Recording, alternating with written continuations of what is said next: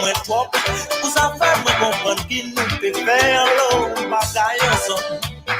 Vous nous vivez là, vivez là. Oh non, non, non, vous en faites pas tomber. Vous en parlez pas moi trop. Vous en faites me comprendre qu'il nous peut faire l'eau, bagaille ensemble. Vous nous vivez là, vivez là.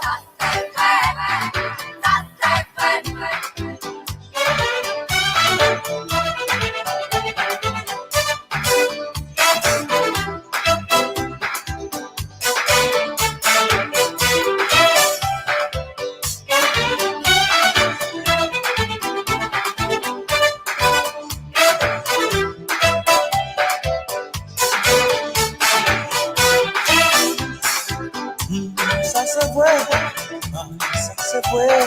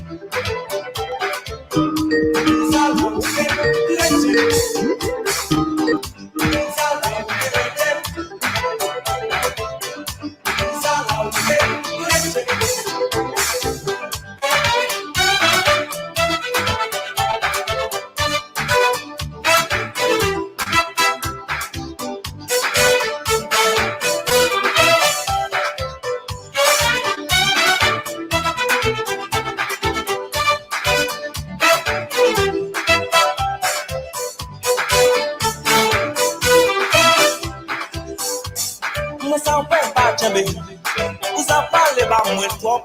Vous en faites me comprendre qu'il nous peut faire l'eau, bagaille ensemble. Vous nous vivez là, vivez là. And those were the group calling themselves Cassava. Cassava. From an island called Martinique. Vous en faites me comprendre qu'il nous peut faire l'eau. With the brain behind the group, Jacques de Ferro. Mesdames et messieurs, je vous dis bonsoir et bienvenue. Merci pour votre contribution. Oh man, it feels great to be back home, folks. We have another great night for you tonight. Mr. Asik Vatupa is in the building. Oh man.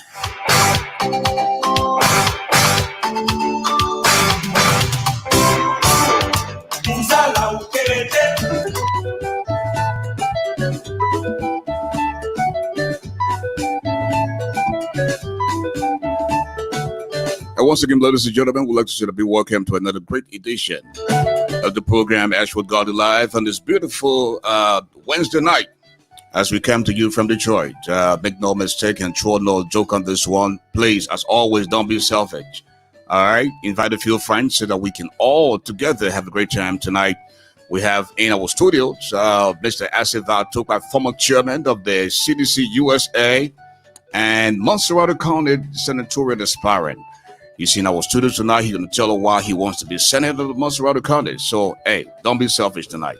Invite a few friends, because your friends are not my friends, so that we can all right, join you on the program tonight. And at this time, I want to go to Information Highway, where Mrs. Letty Brooks Roberts is standing by to fill us in. Mrs. Roberts, welcome to the show.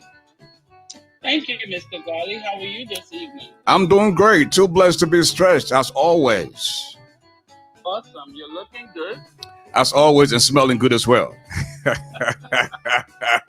wonderful. I like your background, as always. Thank you. Radio in the house. Well, let's get to the task at hand. I want to say a very pleasant good evening and welcome to another wonderful edition of Bridge Radio Africa, Bridge Radio TV, with your host, Ashford the Giant Garley. We are coming to you live from 3 major platforms tonight: Facebook Live, aka Bridge TV, Bridge Radio Africa YouTube channel, and also bridgeradioafrica.com. Thank you for choosing Bridge Radio, Bridge TV Africa as your choice of information and entertainment. We ask that you please share this broadcast with your friends and family, as your friends are not our friends. And as you know, it's election season and we have hot button issues. We ask, though, that you please be respectful of one another. Do be respectful of our host. And most importantly, we ask that you be respectful of our guests. Please mind what you write as well as what you say. If you are caught being disrespectful, you will be blocked. There will be no warning. Blocked. I say thank you again for joining us. Please visit bridgeradioafrica.com for more information and more entertainment. Grab your drink of choice or your meal of choice. Make yourselves comfortable. Have your questions ready because we have a lot of questions tonight for the chairman of CDC, former chairman, may I add. Again, thank you, Mr. Ghali. Back to you, and I will read some comments when you give me the go ahead. And I want you to do just that, and you please speak through the microphone. You can do just that.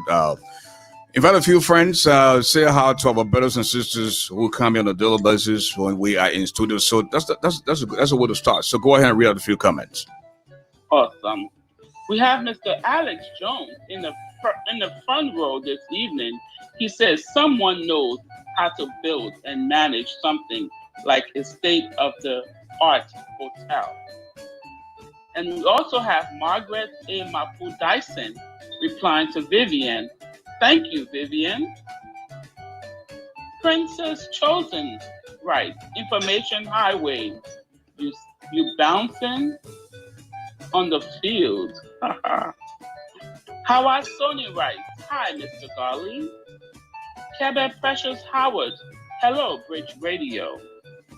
Eugene Harry, watching from Minnesota. The microphone master Ashford, that now you know me, Ghali. Alvin Perry writes, I am watching you, brother man. Lapu Ziga, hello, Ashford. Abby Wern, replying to Patience. Patience D. Sluey, you want to start asking him some questions now?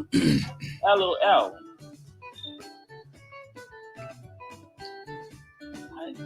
Am I on the right page? I think you're on the right page. Go ahead, you're doing good. I don't know. Oh, okay.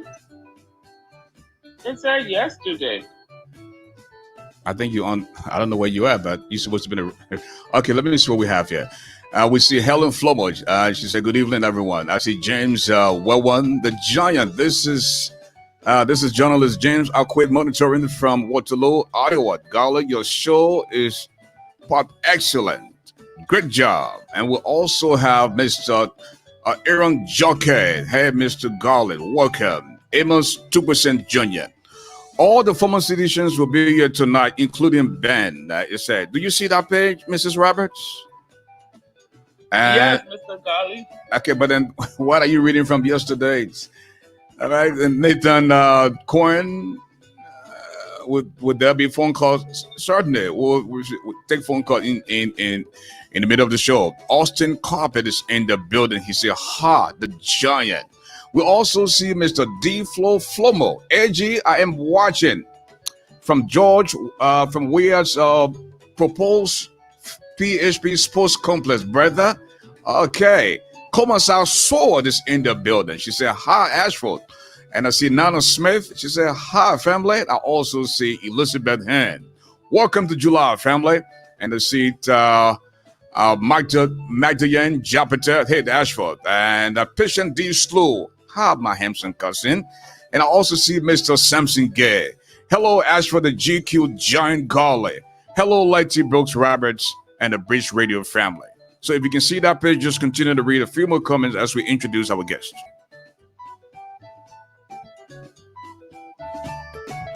Margaret Mapu Dyson, she said she was on the wrong page because it was yesterday I commented. Patience D. Slewy replied to Tyler, "Hi, Sexy T.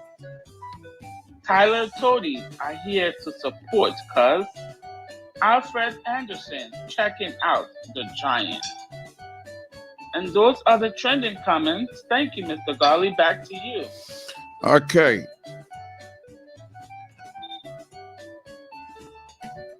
Thank you, Mrs. Roberts. Again, ladies and gentlemen, we'd like to say a big welcome to British Radio Africa. Tonight we have with us Mr. Asiva Tugba. So let me do my little spin, and then from there we'll bring in Mr. Tugba.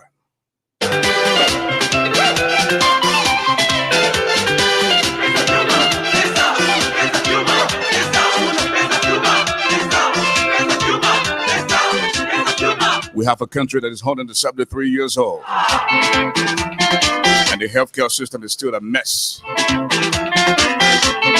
Liberia used to be there, especially the JFK used to be the research hospital in West Africa. Today, it's called Just for Killing. You know, sometimes you gotta be careful what you say. A while ago, we listened to President George Weah when he tried to caution our Liberian brothers and sisters. And the president said, "You don't need to cause trouble. Because when you start to cause trouble, my officials will leave the country and you will be here to suffer." He had no idea that we were going to experience something called COVID-19, coronavirus, where the whole world is on lockdown. Airplanes are grounded.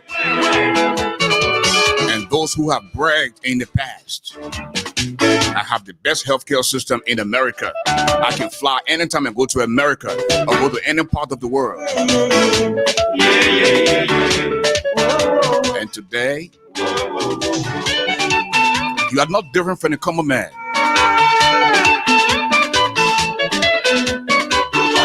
And in Liberia, they don't respect their bodies. So you government official, you're taking the JFK to treat you like any other person. For your lifeless body in the hallway. We've got to be careful what we say.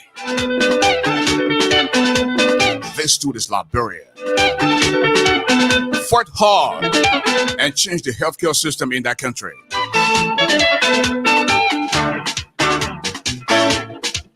Too much greed, too much power. My time to eat. You claim to love Liberia. You claim to love the people of Liberia. When you're given the chance to leave, you treat Liberia, you treat the people of Liberia like dirt. Wake up. Wake up and smell the coffee. And those of you politicians who are just waiting now to come and take over with the intention of doing the same thing, you've got to be careful. Liberia has a way of paying the people back.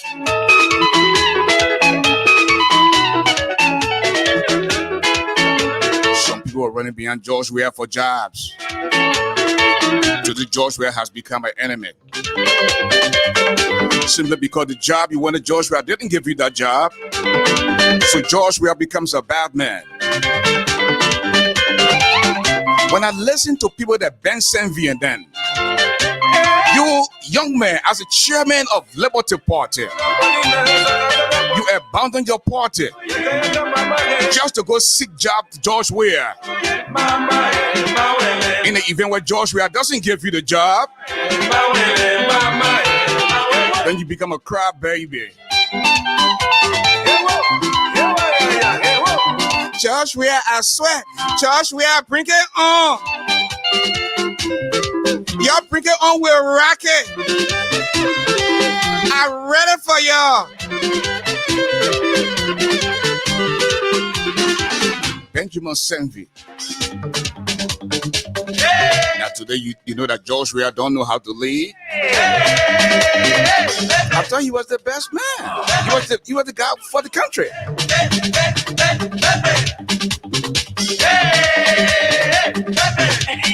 I'm ready for them. I'm ready for the seditions.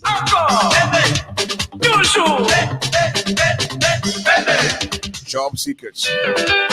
Greed.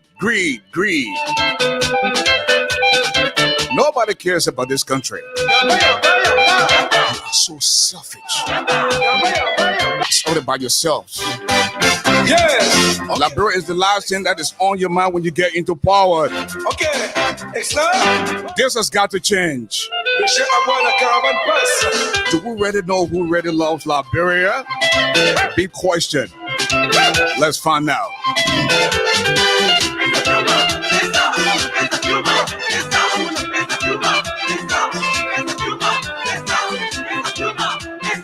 Alexander Comey wants to be president. Joseph Boakai wants to be president. Benani Yure, Yomli Kanka. Who will be at the head of the ticket of the CPP? That is day Babon with Diva Kola. Welcome, folks. We're just about to introduce our guest. Please be respectful. If you respect me and you respect this platform, please respect our guests. Because I'm not going to tolerate folks going personal. It's one thing to disagree, but please be sober. All right? By the way, this is yours truly. The brother who doesn't eat iron. But he's definitely stronger than the lion. That's why they call him the giant. And now you know me calling the medicine of the microphone, the golden voice of Liberia.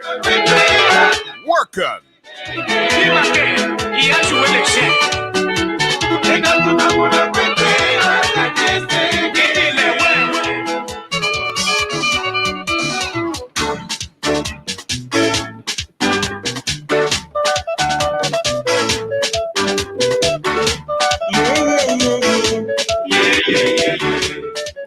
I see you're sharing the video. I need you all to share the video tonight. We have a very special guest tonight. And ladies and gentlemen, I'd like to welcome our guest, Mr. Tokpa. Welcome to the show. Thank you for having me. Ashley, thank you for having me. The name is Ashford, not Ashley, please. Man, my problem, my mistake. I apologize, and I'm the first one to always correct people when they make mistakes with my name. So I fully empathize. Ashford the Giant Garley. Thank you. Well, where are you located, bro? Where are you? I'm in Detroit, Okay. Michigan. Yeah. Wonderful. I want to welcome you to the show, Mr. Tokpa. And as you know, we are here to examine your chances of being elected against the most popular senator in Liberia today. Could you please tell us or tell the audience who is Asivah Tokpa? Asivah Tokpa is a family man. He's a humanitarian. He volunteers a lot. He's willing to help people. He's a networker who tries to make things happen, bring people together. He's a visionary as well. He really loves Liberia and Liberians. And he always wants to make a difference and an impact. You know, he believes Liberians are great people. We have been stepped on for a long time. We have been suppressed. You know, divisiveness has been embedded in our culture, in our nature to a large extent. So that's why most times you see people look for the negatives and things that can happen if they do work together. So I look at myself like I try to be a bridge, and just from an ethnic perspective too, I am a bridge, you know. So I just see myself as what's representative of Liberia, you know, from, you know, starting off from nothing and trying to just build and trying to work with people and trying to collaborate and just trying to be a good person. Nobody is perfect, but you try to be the best that you can be. And that's what I think I represent and bring. Not even mentioning the level of hard work, the level of intellect, the commitment to doing the good things, so those are the kind of things I bring to the table, and that's who I am. The voice of Asset Var Tokpa. Now, are you exploring the possibility, or are you certain that you are going to run? Now, if you are running, tell us the reason in wanting to contest in Montserrado and not Riverset, where you ran unsuccessfully in 2017 for the House of Representatives. Would the Riverset be much easier than Montserrado? Because let's be frank, many do not know the name Asset Var Tokpa in Montserrado. I think that's a mistake. Okay. Let's suggest that. But again, you're entitled to your opinion about who knows Asset Var Tokpa and who doesn't. I was born in Riverset, but I grew up in Montserrado County. I know the county very well. The most popular space, Monrovia, was my playing ground, my stomping ground. I know that very well. My experience with the CDC over the last, nearly 11 years, I believe gave me definite name recognition and connection with the people and the efforts I have done. So it's just about really getting to the people, reestablishing, getting to know them, and the motivation is that we have all been pointing out these issues, and we are happy that, Mr. Dillon was able to get on the platform where he had a pulpit to really shine flashlight with legal authority on these issues. But anybody who has followed me or know my stance on all these issues, my ability to analyze them on a high level and to communicate them at any level. I believe our country, we have faced tremendous challenges. And you just talked about it, how old we are, 173 years. What have we done? Healthcare system, education system, sanitation system, waste management system. Everything's kind of broken. How do we bring that back together? The government has not effectively worked for the people, and the political space is cluttered with a lot of people, whether it's just the actual lawmakers or the surrogates, who don't have that vision, that patriotism, and that ability to make the difference in the lives of the people. If they could construct a basic development model to say, this is how we get from this negative deficit where we are today to point A, and then later on point B, and these are the other additions we need to get to point C, that will help the Liberian people, but that's not there. So I believe I offer the Liberian people an independent alternative for them to assess, and understand what I'm bringing, how I can be effective in really driving some of these policies. On paper, sometimes we have some good stuff, but implementation has been lacking. Oversight has been lacking. We see projects come up here, they're not even vetted to the level they should be, the due diligence that, our lawmakers should give these things. They're not giving them, they're not vetted. I mean, simple thing you can look at what just happened with the World Food Program, the stimulus package, the recast budget. There's no real demand for transparency that, provide everything we need here before we make a decision, because we want to make an informed decision. So I present to the people, a beneficial political platform that is tangible, that they can relate to. And I really hope that they understand where I'm coming from and will want to work with me for us to do this together. Now, before we come to your platform or vision for contesting, let's get the elephant out of the room. Just today, your former party, CDC, expelled Mrs. Jemima Wolo-Colley. What is your take on that decision? Well, you see, I don't like to be presumptuous. I know there has been some tension between Jemima and the party itself, or some executives in the party. I don't know how far back it goes, but most recently, a few months ago, there was an incident where supposedly, former Chairman McGill was accused of supporting Jemima, his sister, and a couple other, women to do some kind of distribution, whether it was a micro loan or whatever, whereas the party should be empowered to do some of those things. And that's one of my problems with, the president, McGill, Tue, and those who are quote unquote national leaders versus what the party is bringing to the table. The party has kind of been neutralized in its effort as a ruling party to be very effective. So I think that tension developed from there. And then the most recent accusation I believe she made in terms of saying, the primary system is not fair. And she does have some valid points there. We have known historically the issues that people have expressed with the lack of transparency in, some of the CDC primaries.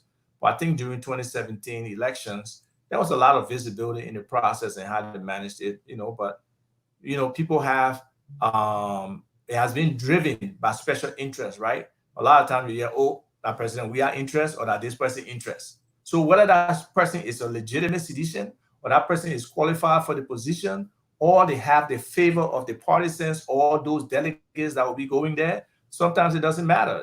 People get into those positions. We have seen 5G citizens before. They were not citizens 1 week, another week they are citizens, and they add a primary and they get placed as the party's candidate. So some people don't like that, and some people have spoken out. So I don't know the full context of where Jemima Wolokoli was coming from, when she made those comments. And I guess part of it, when she said that, President Weah, she was President Weah's choice. Maybe that could have been something, preempting the whole process. She was also fired by the president. What do you make of that? So most likely that had some relationship to what she said about him in terms of him supporting her. But to me, that is extraneous to her role in government. So, why he fired her probably needs more clarity, and hopefully she can explain at some point what her, dismissal letter indicated, or maybe she had, an exit discussion with the president on why she was leaving. So she can review that if she chooses to. But, I don't know what the correlation is between what she spoke with regards to the party situation and her being endorsed by the president versus what her job function was and how she was, performing. There was also the issue previously that she and Tape had, or there was some kind of issue where she was suspended, right? So again, I don't know the history there. I don't know whether she was on a trial basis, whether she has not performed to that level of, what was expected since then. So all these things sometimes that, can be hidden issues. So I don't want to jump to a conclusion, but it is striking that she'll be dismissed by the president and then expelled by the party. That's a double bullet that's difficult for anybody to take. Now, in Mrs. Wolokoli's accusation, just this week, she said that Modba Molo, Jefferson Koji, and Thomas Fala were running a racket of tribalism and fraud. What do you make of that accusation? Well, she got to specify what tribalism is. Is it because Sajo said maybe he's Kisi? Maybe from Lofa, maybe it's more not maybe it's from Lofa. Jefferson Koji is from Lofa, and right. Is also from Lofa. So again, some people are wondering about that, right? So she may have a case, but is it just coincidental, or is it actually a tribalistic or counted kind of base, effort they're doing? But I think, at the end of the day, the voters can see through that. The voters want the best performer, and we are really hoping to educate our voters. It seems like a lot of people vote just on populism or popularity or based on party mandate rather than the person who can actually do the job. And we have to conscientize our people on the need to get true performers, people with the capability to do the domestic stuff, work with them, people who have that ability to be in the international circle and be able to attract things to the country, as well as be able to represent their interests as constituents, and be able to provide the necessary oversight of the different agencies of government, especially those non-performing agencies, or especially in those incidents like we have seen so many corrupt situations that has come to no satisfactory closure. They just open there. We don't see that demand coming from our lawmakers who are representing us to make sure that these things come to a true logical, legal, and justified conclusion before people just let it go. I guess a lot of people rest on this thing like, oh, after 1 week, Liberian people will forget it. And that's how they operate. But we don't need to operate like that, because these things pile up and they affect how our people live, how funds are expended, how funds are prioritized. And once these kind of things continue, it kind of snowballs, and you look for, after a little while, nothing trickles down to the people, and it's just a few people enjoying everything in the country. And we cannot continue to operate that way. Apparently, you have left the party. You care to tell us why? Well, I believe the direction was not one I felt, and I felt I had other opportunities to pursue. So, when we joined the CDC to push this government, the CDC government, and to make it come to fruition, we had a different vision. We had certain things that we recognize, as our core values. We had specifics on how we expected to run, our fundamental philosophy of being able to provide, the opportunity for every Liberian to be able to get, to be able to have an equitable life, an affordable life that's comparative to, any other regular person. But that distinction doesn't exist, unfortunately. We just have, our people are really suffering. They don't have that opportunity to, do what they want to do, move up the social ladder and all of that. So it's very difficult for us to say, oh, we have done our job. No, we have swayed from what we expected, So when we look at some of the things that we consider, our core values in the CDC, grassroots democracy, is there really true grassroots democracy existing today with the CDC in power? Social justice and equality, where is that? Where are we as a people with social justice? A lot of people are denied justice. There have been a lot of abuse, even recently with the coronavirus situation, where we should have been doing friendly policing and being able to encourage people. There was some violation and some abuse.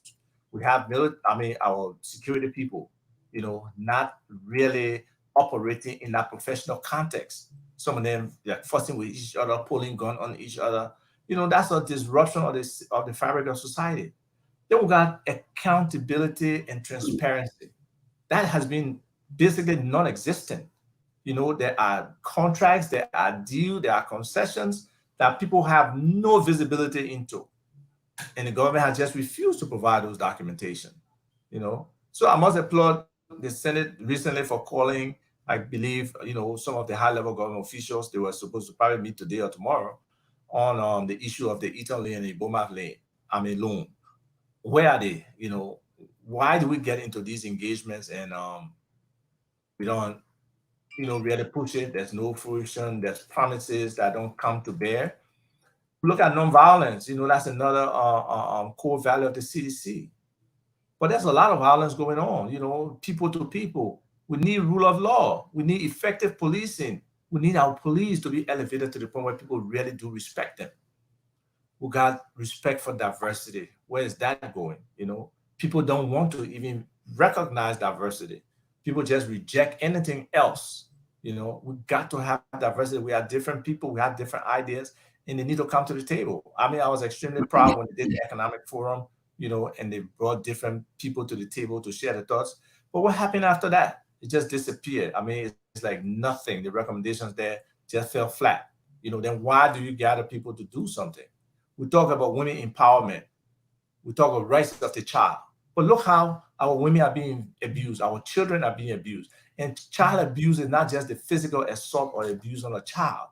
It's about the rights of that child not being, given to them. Whether it's education, whether it's food, whether it's the care you're supposed to give them for them to develop in a, nice environment. All those things are missing. We talk about environmental responsibility, and these are core values of the CDC.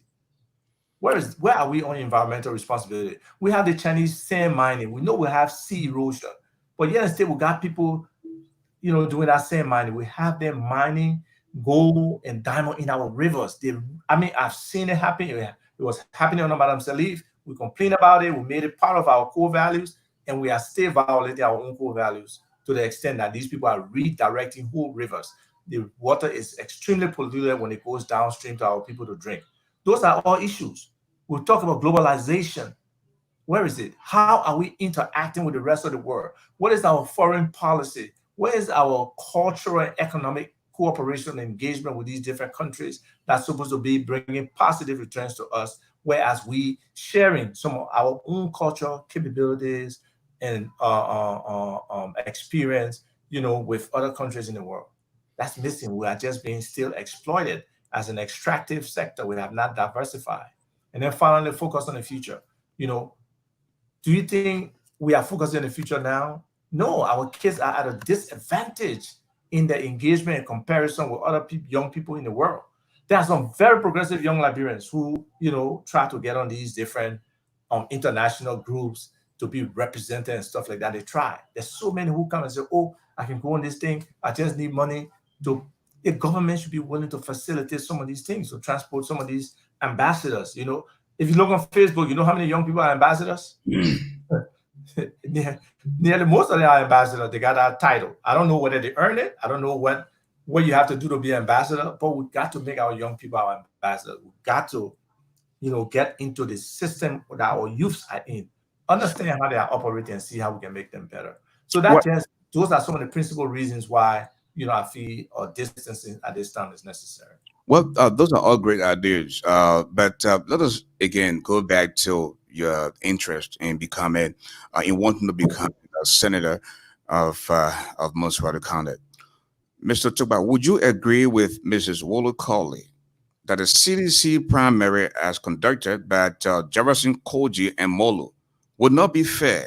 And in fact, that's the main reason why you decided to go as an independent. Well, not necessarily the actions of Molu and Jefferson Koji, but I believe there will be word coming from the top on whose interest it is, whether it's President Weah, whether it's McGill, or whoever else. And I personally believe I would not have had a fair shot in that environment. So why waste my time? Why waste the party's time?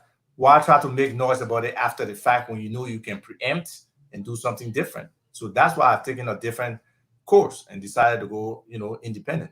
And then in going independent, as somebody who has been a party ideologue and understand the Constitution, once you register independent, that's a violation of the party's Constitution.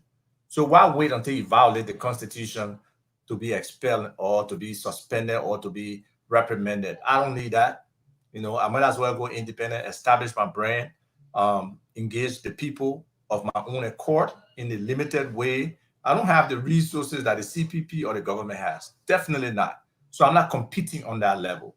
I'm competing on getting to the minds of the people, trying my hardest to educate them, for them to understand where I'm coming from and the difference I can make, in that position with that cloth, with that authority of a senator for the most populous county.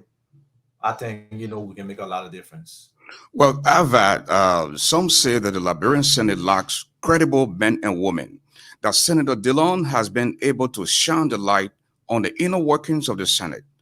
People want to see someone that is not afraid to speak their mind, considering that the accusation of fraud was levied against the same CDC with Koji and Molu at the head of the 2014 senatorial elections by two of the CDC USA's strongest politicians, okay, in the presence of Emmanuel Yato and Ms. Zina.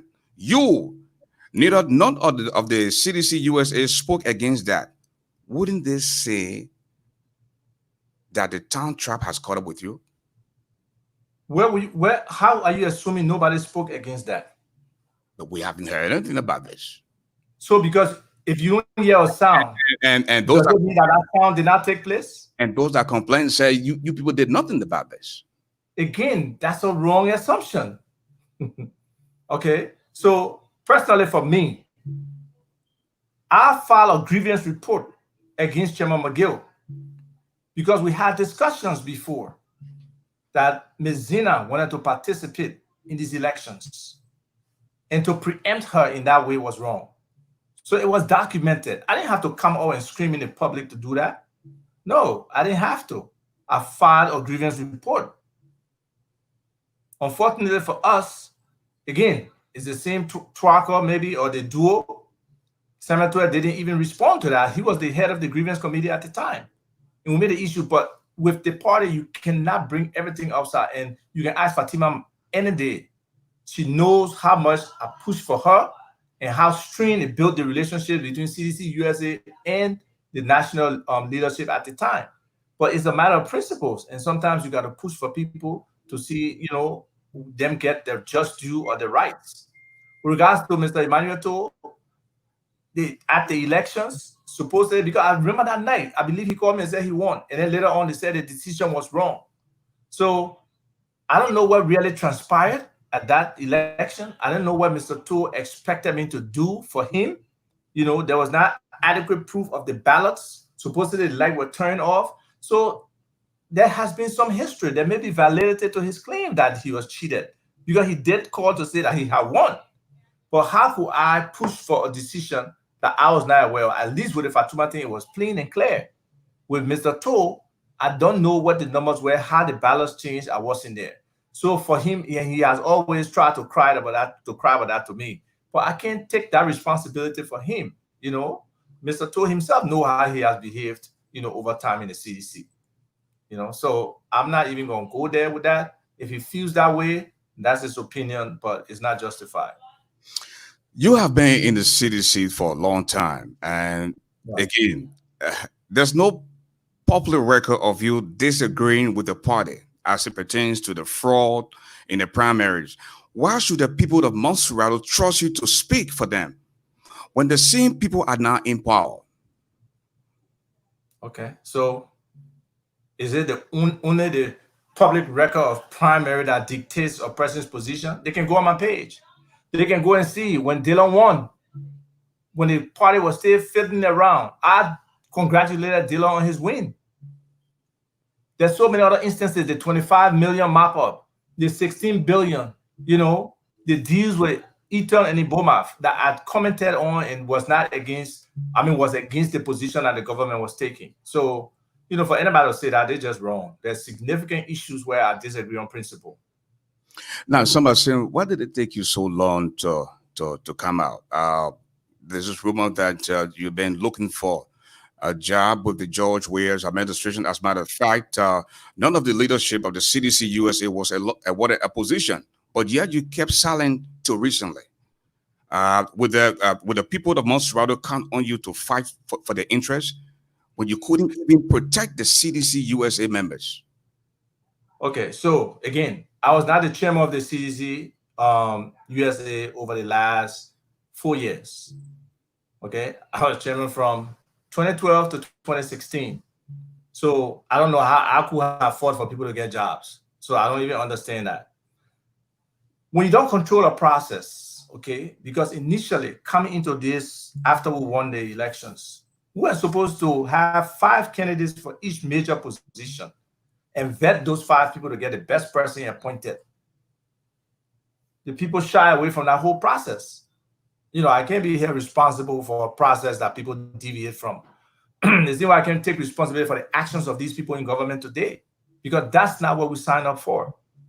And I have, record to prove what my position has been. I don't have to come into the public for things that were happening within the party and be, yes, the big things and stuff, yeah. But the detailed discussion and arguments that we're having internally, I couldn't be coming to the public to share them. I think that would have been unfair. And the government took over, a broken economy, let's be honest, right? Unfortunately, I argued that we should baseline where we were. And, people talking like I was trying to wish hunt Madame Salif. No.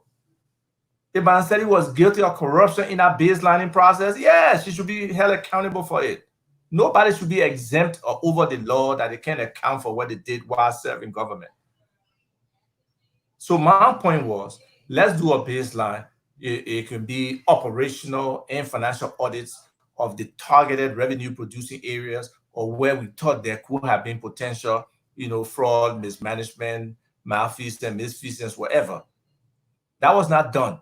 Then a year and a half, 2 later, we want to cry about the government and this being corrupt. No, nobody wants to hear that. But I had to give the government time to grow, time to see what direction they were going in. Okay, it took a while for us to get the Pro-Poor agenda out. It took a while for people to start to function. And you got to give people time. You can't just jump out in year 1 or, after 18 months and say, no, this thing is not functioning. Yes, internally, We raised those issues, but we couldn't come out, just to satisfy people. We had to let the government have some room to grow. And when you realize that there's no growth potential, that there's no intent to change, no intent to diversify, no intent to get the most qualified Liberians, at the table, whether it's just in a consulting business or as actual participants, then the government is not, really serious to do what it's supposed to do for the people. Well, folks, if you're just joining us, this is Bridge Radio Africa, and you're listening or watching Ashford Garden Live. This program comes on Mondays, Tuesdays, Wednesdays, and Thursdays. Tomorrow we will play host to LRB, DJ's Finest. Okay, she's from Portland, Oregon, and she's called Conan Hall. She will be our guest tomorrow night in our Bridge Radio Africa studios. Again, very shortly we're going to go to the telephone lines where. Did you say she's a DJ? Excuse me? Yeah, she's a DJ. Yeah, she's a DJ. Yeah, professional DJ. She works for one of the local radio stations there in Portland. Okay, she's Liberian. She's a Liberian, and she's a fan of CDC. Wonderful. Talk to her about CDC. Okay. Well, let's sidetrack a little bit and examine your platform. Now, what are you running on, Mr. Tukpa? You have of late talked about agriculture. You seem to talk a lot about. No. Again, correction. Not of late. Okay. It's been more than 8, 9, 10 years we've been talking about agriculture. You have in the past talked about agriculture, right. and you said a lot about the subject. Okay. Yeah. But many say that your lack of experience is like a Google cut and paste. How do you answer that question? I laugh at them. They cannot find my ideas on Google. The agriculture model we present, they can't find it on Google. Okay? The integration of solar energy, water, and better technology in agriculture. Tell them to find that. That whole model that we have been pushing for like 7, 8 years. They can't find it. So when they say Google, it's easy to make that comparison and prove things. So when people make those kind of accusations, what can you say? Since 2013, we have had Sustainable Development International, the concept and the business. We build green infrastructures. We do aquaponics. We do hydroponics. We can do farm management. We do project management. We understand agriculture, folks. I mean, I have the degree, but the economics of agriculture is something I understand. The social impact, the implementation of agricultural processes is something I understand. Our company works with the Bethel World Outreach Ministries. They have a 120-acre farm out in Germantown. We have built a hoop house, like a greenhouse, but we call it a hoop house for them out there. We just had a harvest on Saturday, where we just even found a new partner, Dreaming Out Loud. They bought like 100 pounds of the food we're serving. I don't know. I could show you some pictures, but you can always go on my page and see that. So those people who say cut and paste, there's a lot of that in our community where people just plagiarize things. But this is something that I understand and I know, So for them to, make that kind of accusation is baseless, totally baseless. And, we're trying to work with different people on the ground. We have 2 different farmlands that we are managing. And we hopefully by the turn of this, after this rainy season, we'll be able to start work. I'm with 2 agricultural groups. One is a farm somewhere in the Magibi area. Another is a farm in the Nima area. The farm in the Nima area, I just posted on my page. We harvested 30 acres of peppers from the first farm. Those 2 farms, the 30-acre and the 35-acre pepper, will be the 2 largest pepper farms in Liberia. All right. I've been helping a cooperative to kind of build up, to empower them to do some stuff, along with one of my partners. And now I'm establishing cooperatives in Montserrat County as well. We have a seedling program I posted on my page where these young folks are creative. There are a lot of young people with potential in Liberia who are trying to do things, but they need some level of support, some level of facilitation. We are trying to create seedlings for people to be able to plant in their homes, around their homes, in their yards. If they got community space, we'll give them enough for them to plant, to be forced to start to push an agriculture mindset that we can start to build food security. It's very critical for our people. So for people to say we don't understand or we don't know or we copy and pasting, they have no idea. And sometimes it's just sad when people don't know. You can't argue with them. I don't waste my time anymore to argue with people who are ignorant of a topic, but just make accusations that are groundless. Well, Mr. Tokpa, let us talk about your relationship with President George Weah. What would you say is this amicable? When was the last time you spoke with President Weah, and why didn't President Weah offer you a job? I don't know. You got to ask President Weah. It could be personal. I don't know. Maybe it could be a personality thing. I'm a very straightforward kind of person. I'm not disrespectful, but I'm straightforward. If President Weah is wrong, I will tell him he's wrong. I'm not going to pretend, that President Weah is right when he's not right. So I'll be honest and tell him the truth. And maybe President Weah doesn't like that. That could be part of the reasons. But there have been thousands of other reasons people have put out there, about woman business, other stupid stuff that, I just totally dismiss, because there's nothing like that, between me and the president. So I really don't know where his angst is. At some point, maybe he'll be able to say, oh, this is what Ava did to me, and I'll be fine. But, as far as I'm concerned, I haven't done anything to him. It's just how he wants to operate, and that's his choice. I don't have a problem with it. Well, if you are not on speaking terms with President Weah, and in the Senate where he controls from the leadership, how effective would you be to the people of Montserrat if elected Senate? He controls the leadership. This is an independent body, and you just said he controls the leadership. You're saying in the past where he controls the leadership through and that's why we need independent people in the Senate who have the ability to analyze everything and be able to articulate the errors, the mistakes, and the right direction that we should be moving towards. Not just sound like we need something higher than that, in the Senate, and that's why I'm presenting myself. Look, when you say speaking terms, we don't have to be on the phone talking. No. In person, we're definitely engaged and talk. We don't have to be buddy to run our country, or for me to be in one branch and he's in another branch. That's not required. Yes, you want to build consensus. You want to work together. And I'm very objective.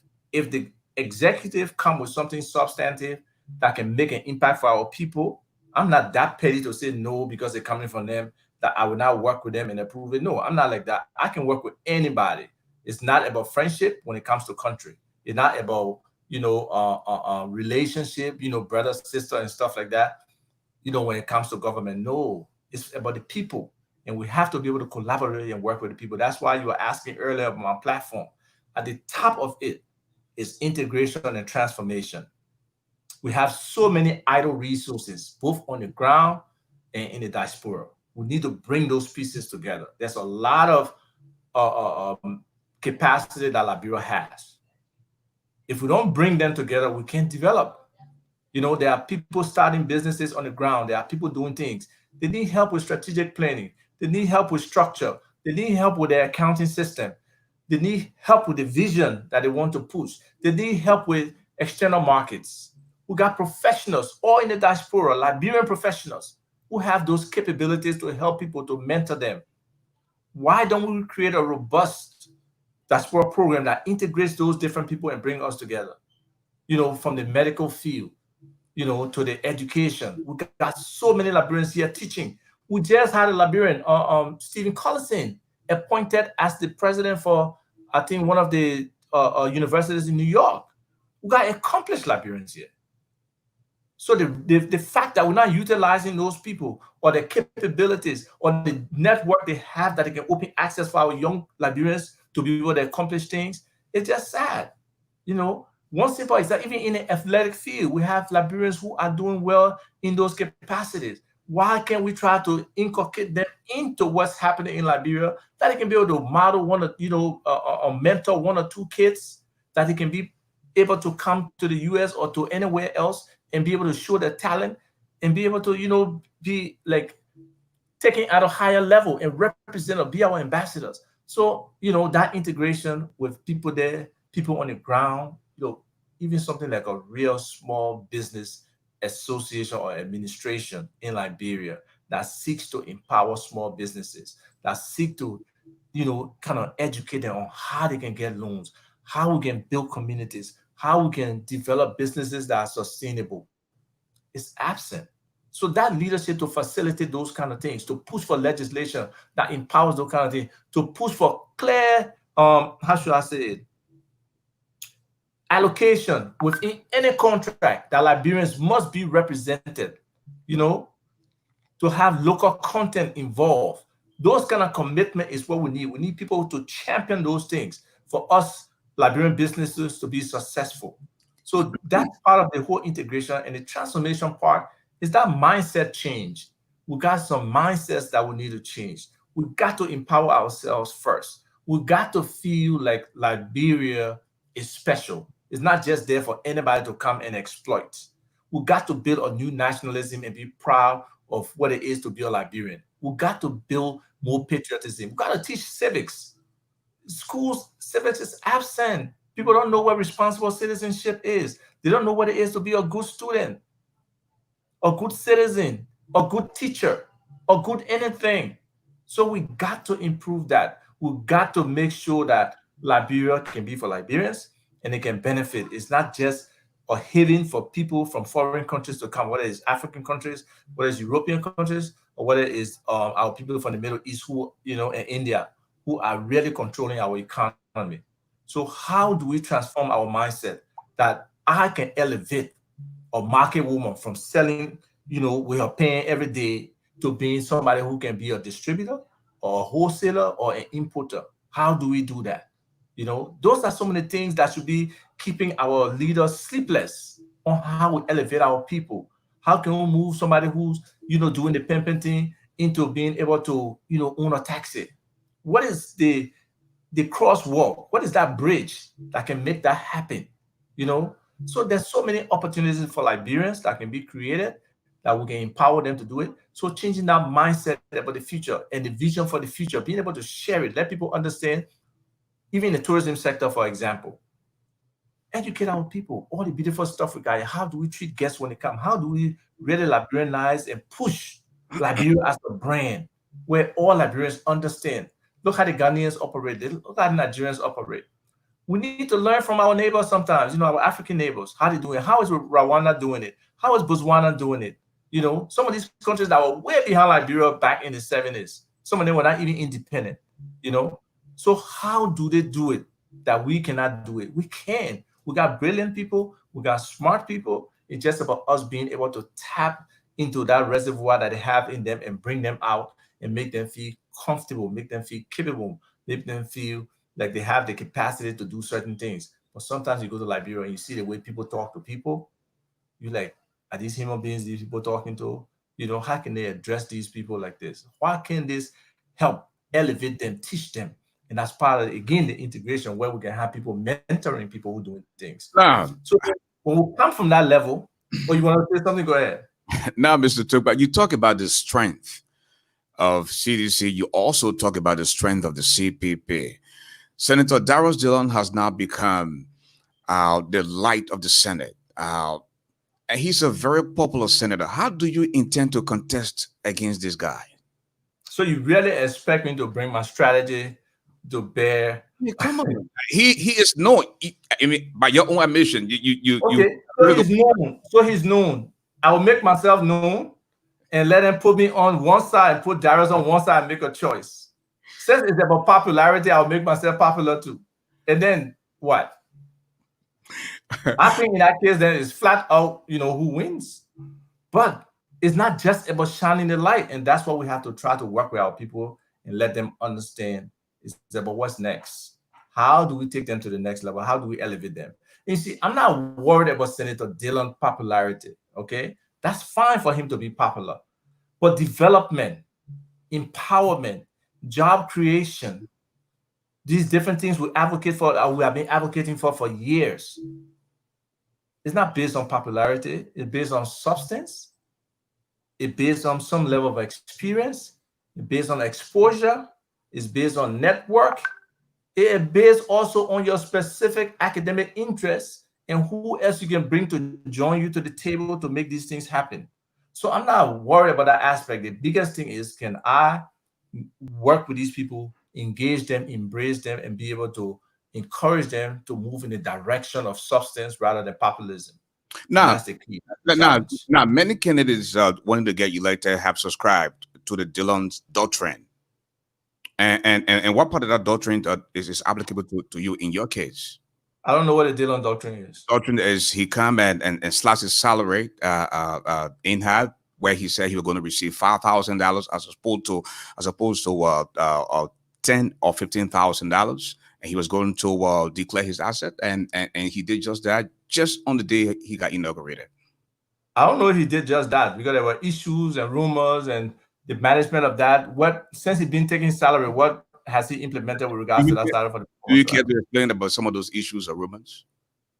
What do you? I mean, you in the news, you should know that people were claiming that it was not true, that he didn't do it. The account he promised that the people would manage, they didn't manage it. I didn't follow that story, you know.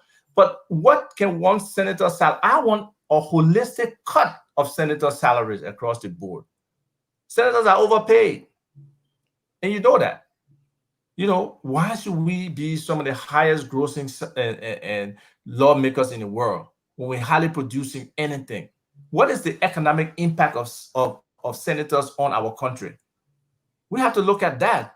That has to matter for people to look at what people are making in terms of what they are contributing, you know, and they be having all these different fund, operational fund. What operation are you running? You know, they cannot control the development funds. We have to be able to put the development funds in the hands of the counties, and these senators should not be controlling that. You know, so those are some of the things that we really need to change, really need to point light on. You know, yes, they can have the county caucus and all of that, and they can have input, but when it comes to the key development decisions, they can't go sit down and divide money. We hear so many times how the entire county, no development, getting 250,000, 300,000, and people just divide it. The people don't know where the money goes. You know, so those things need to change. Our people need to get the benefit of the bounty that the God gave us for this country. You know, taxation is something to run government, you know, but the counties don't even have their own tax structure that they benefit from. You know, maybe they may have a plan committee or, you know, a forest committee or something like that. Even then, they tend to screw our people of their rights. You know, we heard before how they had the personal use premise, the pubs, that whole scandal. What came of it? Nothing. The people forests were just, you know, torn apart. So we have to find a way for our people to benefit. And our people can only benefit when we do holistic things. You know, yeah, I can definitely easily say here, 75% of my salary can come to the people of Monserrato. You know, but what does it do for them? What does it really do for them in terms of development? No, we need big picture, visionary efforts in terms that can affect them from education, healthcare, sanitation, or let's say WASH, agriculture, and tourism, which are the 5 key components of my platform. Okay, folks, if you just are joining us, we have with us tonight Mr. Asif Tokpa. He's the former chairman of the CDC, now aspiring for the Monserrato County senatorial post. We'll now open up the telephone line. Mrs. Brooks Roberts, will you please pin the telephone number there? The number is 248-979-1718. Do you have questions for Mr. Tokpa? You can begin calling now. And in the meantime, as you ping the number, you might just want to read out a few comments. Perhaps some have questions out there for Mr. Tokpa, Mrs. Letty Brooks Roberts. Yes, Mr. Raleigh, how are you? Good. Okay, so I have a few. But why you can't ask how I am too? Why you want to ask the host? Hi, Isaac. How are you? How are you doing? Thank you. I'm well. Thank you. Welcome to Bridge Radio, Bridge TV Africa. Thank you for having me. I appreciate it. We have trending From D. Flo Flomo, he writes, Va Togba needs to apologize to the Liberian people for selling a package without looking through it. And then we have Vivian Eastman. Hello, Ashford, the big bad giant Garley. Yahadu, my people. We have from Nathan N. Queen. He says, not only is JFK just for killing, they are now selling images of dead people to make money on the side. Wow. We have Steve Boley. Tonight, Umpa, the Ashford H. Garley, really dropping knowledge. Oh, haha. We have from Steve Boley again. Alexander Cummins, Umpa, just leave him. He is being seriously scrutinized. He must be different and show he is different. It is not. That is it. From D. Flomo, Mr. Togba, what is your take on Madam Molokoli's tell all on your party? From Pinkley Jones, you were born in Riverside and you aren't saying anything about we as brother-in-law stealing from our land. Mr. Togba, that's from Mark Freeman. Mr. Togba Jr., you just said that the government is not working. You may be joking. Steve Boley again. The timing and decision to fire and expel her was not strategic and well thought. That plan will backfire. From Jesse Fagon, hi. What happened to the 200,000 jobs per year you said CDC was to create as the ruling party? Last but not least, we have Joseph Bindi. This guy was one CDC chairman and believes he also carries the doctrine and ideologies of the party. Will he make any difference from the current ruling party? Back to you, Mr. Garley. And thank you. I'm pretty sure Mr. Togba jotted down a few notes, but let us go to the line now. We have your last four digits, 9603. Please tell us your name. My name is Nathan Quinn. You're live on the radio. Mr. Togba is listening. Thank you. Hi, Honorable Chairman. My name is Nathan Quinn. I was a physician influenced by you because I believe in your message, and up to this date, I still believe in your vision for Liberia. I know I was an independent for a long time. And then I joined the CDC because of the message you put forward, the party of the masses. And those things. I left from here many times. I broke from CDC, to be frank, I broke from CDC because of Winston Tubman. When we were told that we were not mature enough to lead the country, so let's put Winston Tubman ahead of now President we are. When he was not extradition, I protested. This man is not extradition. He doesn't have the party's interest. Well, he has gone now. I have a lot of respect for you. And I do. I'm proud for you recruiting me in the CDC. I have no regret about that. My question now is that have you spoken to the president of a disagreement with the party structure and how things went? And are you now satisfied that you, somebody of your competence, who should put forth the party's vision, was overlooked for people like Alex Tyler that would went to protest against Alex Tyler to step down for corruption? Now he's president. We are body.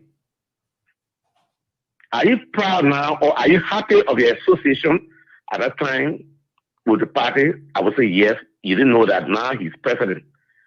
Are you disappointed in the way the government is going? Thank you. Okay, we have 6494. Tell us your name.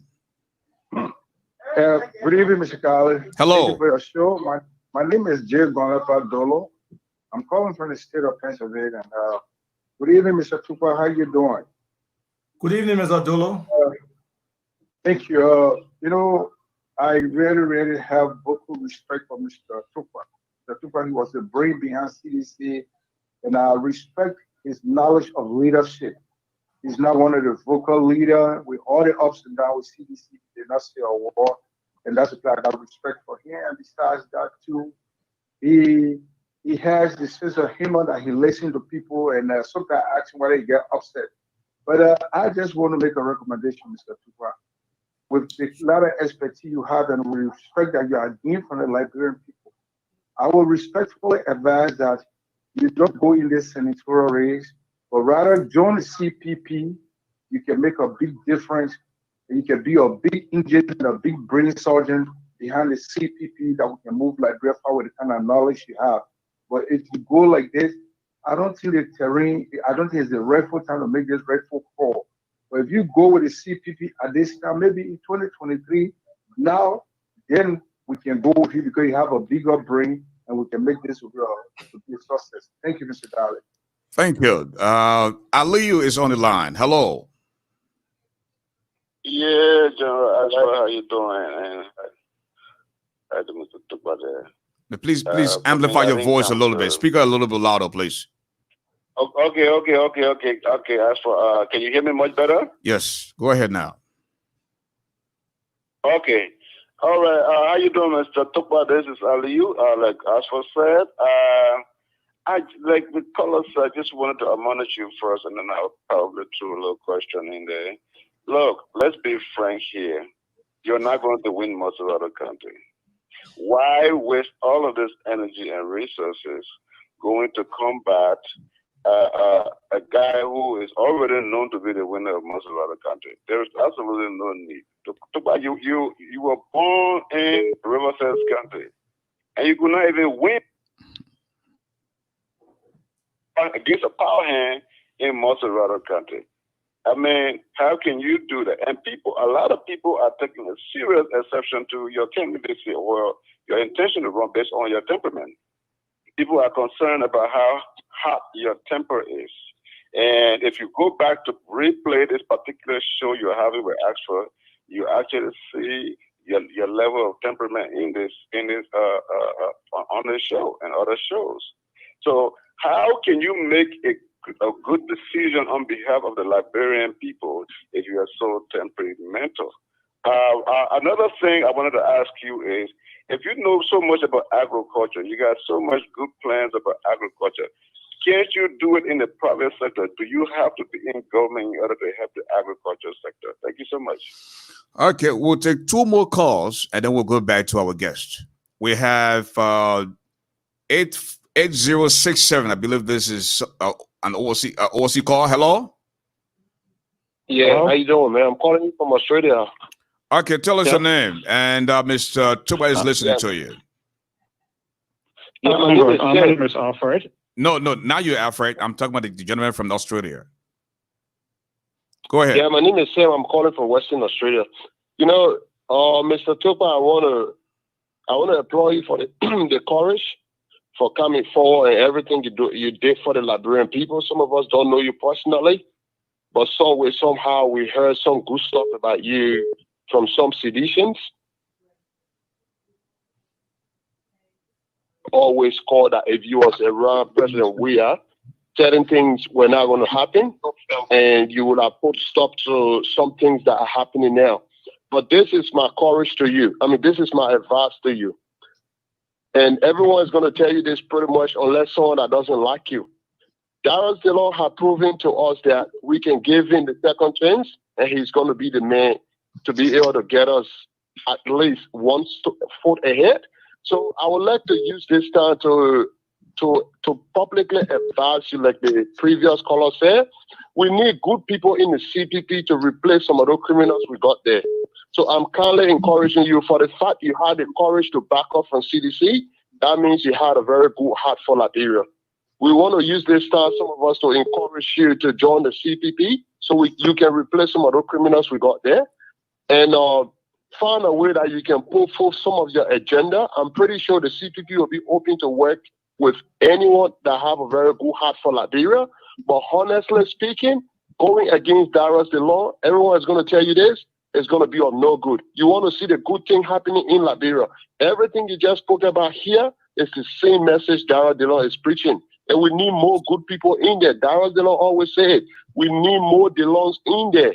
So, like the other guy said, you from River G, I don't know if it's a good idea if you can run for another county. I'm pretty sure with you being in there alongside with Darius DeLong, it's going to make a lot of positive change. But I don't think, humanly speaking, it make any sense for us to take someone that's already doing well out and replace him with another person. We want to add a number up. We don't want to reduce the number within the house that's making a lot of positive change.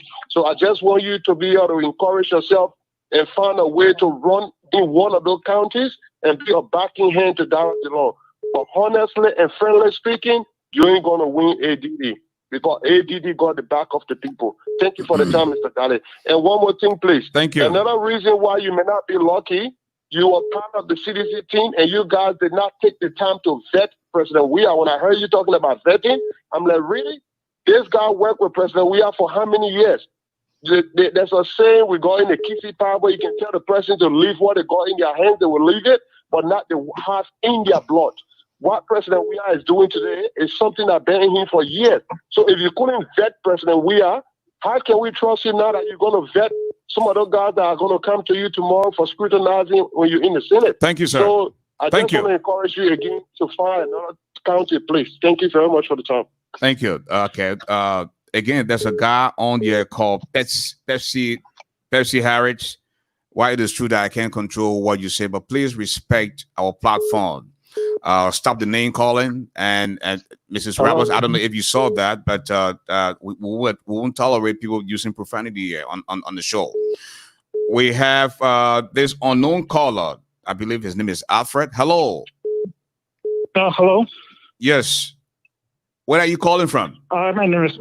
My name is Alfred, and I just call because I've been following the program, and Mr. Oswald Tupa have been probably he spoke a lot about a lot of things that are going on in the country, and it's not actually to go against what Mr. Tupac said, but there are a couple of things that other callers have said regarding Activate Tupac aspiration.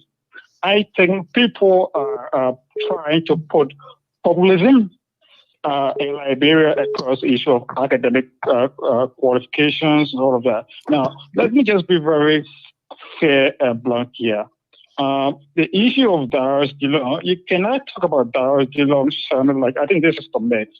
Darius DeLong have not shown like anything in Liberia. The first thing, I have to mention the issue of environmental responsibility. And I am an environmentalist. And that's one of the key things we talk about. Darius DeLong cannot be a senator ensuring full compliance with the environmental protection law of Liberia and then build it on a wetland. That go against the details and principles of the environmental protection law. So you cannot be a senator doing that. Second to that, Darius DeLong also cannot be going around saying build marketplaces. Marketplaces should be in compliance with the planning codes of the Republic of Liberia. Meaning, before you write or construct a market structure, you must have sought an application with the Ministry of Public Works. Public Works should vet your structure, ensure your structure is in compliance to laws for the Republic of Liberia, and communities where such structure has been erected should have a say. Darius DeLong as a senator have failed to do that. We cannot continue having people like Darius DeLong preempting or present themselves to do that this is what we're doing and then going against the policy framework of the Republic of Liberia. So I think people need to understand that Mr. Tupac has views and aspirations. Mr. Tupac has the right to contest as any Liberian in Liberia. If Mr. Tupac goes to elections and you feel that he's competent enough to vote for him, vote for him. If you feel that Mr. Tupac does not be your aspiration and you want to vote for Darius, you want to continue in what we have, go ahead and do that. But I think people should understand there's a difference between what the laws Thank you, require sir. in Liberia Thank you. and what exactly these candidates bring forth to Thank you, Alfred. to the table. Okay, the last Thank caller you very much. before we go to Mr. Tokpat. The last 4 digits of your number, the 66537. Tell us your name. Yes, hello. Hello, tell us your name. Yeah, this is Darius Riggs, Okay, from Ohio. welcome to the show. Oh, thank you, Mr. Goddard. Thank you. Yes, I want to say to the honorable man, I've been following you. It's a very good thing. You know, Liberia need competition. But one thing I want him to know that the first thing, Darius DeLong brings competition to Liberian politics. It motivates a lot of young people, even me. And I want him to know that men like me is going to Liberia to campaign for Darius DeLong door to door, because we're trying to get into the politics from the way we see Darius DeLong coming around. The kind of motivation it tells to the young people that in our 20s that yes, indeed, Liberian politics can be good for us to get into and to support it. Thank you. For us to get interesting. Thank you. So he just need to know that so he can work along and put good idea together. I love his plan. It's a very good thing that everyone of us support Liberia. Thank you so much. If the man is doing good.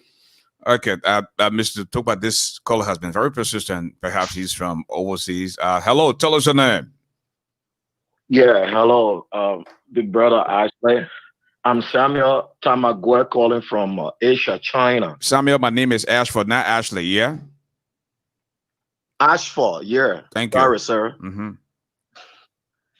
Yeah, the caller that just called before that, I just want to clarify something first. If he's saying that Darius DeLong shouldn't be doing such a thing, he need to work in line with the government. When the government is not producing money in these various sectors, what do you expect Darius DeLong to do? That's why we say he's the light. And my question to Mr. Topa, why did George Weah didn't give you position since he became president? Thank you. Secondly, why are you wasting your time to go against Senator Darius DeLong when you know you have good heart for Mama Liberia? Because I don't know if you are running to be a senator against Darius DeLong because of party sentiments, or as to whether you are still a CDC, because right now you're not a chairman again for CDC. So my question to you, why can't you just join Darius DeLong and support Mama Liberia? Thank you, my brother. Because you are not part of any party again. Thank you. Why? Okay, we'll go back to the man himself, Mr. Tokpat, to please respond to the callers. Yeah. There was some interesting points made. So we probably need to start from the top, from D floor, in terms of saying sorry to the Liberian people. Definitely, we empathize with the Liberian people for what has happened. When we joined the CDC and we're pushing for all these different things I mentioned before, there was no expectation our CDC government would look like this. So that's why we are separating now. We are very sorry that anybody in Liberia today can utter the word that Balanced term were better than what George Weah has done. You know, I will full in what the guy said about, about President Weah and, being around him and knowing him and stuff like that. Everything I knew of President Weah, I had no expectations that he would have people around him like an Emmanuel Shaw. I mean, somebody who's known for corruption, known for violating Mama Liberia, to be an advisor in every imagery with the president. That is just pathetic. That is sad. We spoke about that internally. But for that to be happening, it shows that, I don't know President Weah. Yes, you had a relationship maybe with Emmanuel Shaw at the beginning of your career or throughout your career, but this is country. This is not nepotism or cronyism. that should be existing. We should be focused on how we can make Liberia better. And there is no part of my body or mind or spirit that tells me Emmanuel Shaw can help Liberia get better. Emmanuel Shaw will always hustle for his own aggrandizement and not focus on benefiting the youths, the women, and the people of Liberia. So those kind of examples are some of the things that, is not what was in the CDC, mandate. Archie Bernard being, legal advisor to the president. I don't think he understands the law. I don't think he has practiced the law. We need really qualified, competent people around President Weah. It's just simple as that. And I don't think he has that advisory team that really understands the country, that understands governance, that can tell him, President Weah, this is not how government works. This is not what you're supposed to do. So people need to understand that.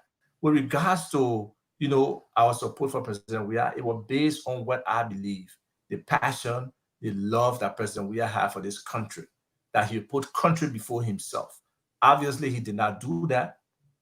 Like somebody said, I would never have advised him to be building 49 units coming to or repairing his 9th Street residence in the absence of, building and doing things for the people. I would never have done that. It's the optics, whether it's his own money or wherever that money came from, the optics does not look good. So, people have to understand that people have to take their positions on these different things. And again, sometimes people got to read. Somebody said, we said 200,000 jobs a year. No, we never said that. There was at no point in time that, Asif Atupa or anybody in the CDC mentioned about $200,000 or 200,000 jobs a year. Our economy cannot just expand like that. So, for somebody to make those kind of spurious statements, I can't even just address it. The other person said, how has, we are brother-in-law, how can I sit there and let him steal from the Liberian people? I don't know how he's stealing. I mean, I saw, a video with him talking about the Marcus Garvey, organization and him doing farming, in some part. I don't know whether it's Riverside. I don't know whether it's Grand Bassa. I don't know exactly where it is. But again, those kind of agreement, what is it? How is he getting that land? That's part of the transparency that we'll talk about. What organize, if Marcus Garvey institution, foreign institution is having a relationship with the government or the people's land, are they really looking at the community land ownership laws? Are they looking at Liberian law? What's happening there? Who is the senator for Grand Bassa or Riverside? Who are the representatives who are seeking the people's interest to understand what is this relationship? So these people have to step up. They have to speak up for the people, and unfortunately, the people have nobody to really do that. And that's part of what I would do, whether it's Monserrato or whether it's Nimba or whether it's Riverside. I mean, I've been talking about all these concessions for years. My records are there, Unfortunately, this particular government is not transparent with these concessions. At least the concessions during Ellen time, they were flawed. Like the Mo Stevens report, there was 66 or 68 that were really bad, but all 68 were really bad in terms of violating the laws of Liberia. But they were all in the public. Where are these concessions today on the Laity website? So the transparency issue is behind. Just recently, what the US did in terms of the report on Liberia's transparency is absent. We need to improve that. We need to have all these concessions agreement, all these contracts, all these bid processes, all these PP&CC operations. They have to be visible. Unfortunately, they're not, and that is a hindrance, to development. So somebody said about the ideology of the CDC. I don't think any Liberian will argue with the fundamental philosophy of the CDC, of being able to provide an opportunity for every Liberian to have an affordable living. That just sums up what improving your people is. Having that philosophy and implementing is two different things. And this CDC-led government has not done that. And that's what we have an issue with. What are we tracking? How many people have we lifted out of poverty? The Pro-Po agenda for development, for prosperity and development said they want to live 1 million people out of poverty. How are we quantifying that? It's been going on 3 years now. What kind of report have we seen that says we started here, we had this many people in poverty. Today, 10%, it has decreased by 10%. If you look at the 6-year period into 1 million, we're talking about 136,000 people You talk about lifting a year. So how are you lifting those people out of poverty? So those are the challenges this government has in terms of transparency, in terms of reporting, in terms of tracking, monitoring, evaluating what they are doing. And they haven't done it effectively, excuse the sound of the printer. So yes, the CDC ideology is still strong. Implementation and subscribing to the precepts has not happened. And my own man, Nathan Quinn, he was right. I really pushed for him to be a part of the CDC. And there are many people who are also trying to influence to be a part of the CDC. No doubt, I gave the CDC, substantial gravitas and respectability by being a member of the CDC, especially in the diaspora. Unfortunately, that has not materialized, and he's disappointed. Honestly, the government has not done what it was supposed to do. Yes, he was upset that Tubman, came in 2011. But the reality is, I was not prepared in 2011. We had this clear discussion. I have never met Bromskin before, but when we did the analysis, Bromskin-Weah was a winnable ticket. Unfortunately, maybe there was an issue with the Bromskin camp or whatever reason, it did not materialize, it did not work out. And we're at that point, we don't even need to field a candidate. Citizens know that. And then all of a sudden, we had Tubman as an option. That ticket still could have won. Unfortunately, we did not take the stand that we should have. We did not, we did back out of the election because of what had happened, the whole issue with Fromayan. There were actual cheating at the polls. But some things you just cannot control. So, my brother Nathan, we still remain with the CDC up to, the recent times that we have resigned. We apologize again for some of you that we influenced based on our own disposition and how we carry ourselves and the things we talk about that align with the CDC's, constitution and the CDC agenda, the agenda for prosperity that we created, back in 2011. Those things transform into the proper agenda for prosperity and development. But what has been the implementation? It has not gotten to the point where it should get to. And people should be concerned. We are concerned. So we have extricated ourselves from that situation. So we just hope that, we'll be able to show, tangibly to the Liberian people where we stand. We'll give examples how we can move forward and be able to be, a critical element in terms of how we develop our country. So we got Dolo and, Elito, I'm not going to win. So why worry about me? If I'm a non-factor, why worry about me? If you say I'm going to waste my resources, why worry about it? The people who support me, they will help me get there. And people have to understand sometimes, even if you lose, you gain. People can fail forward.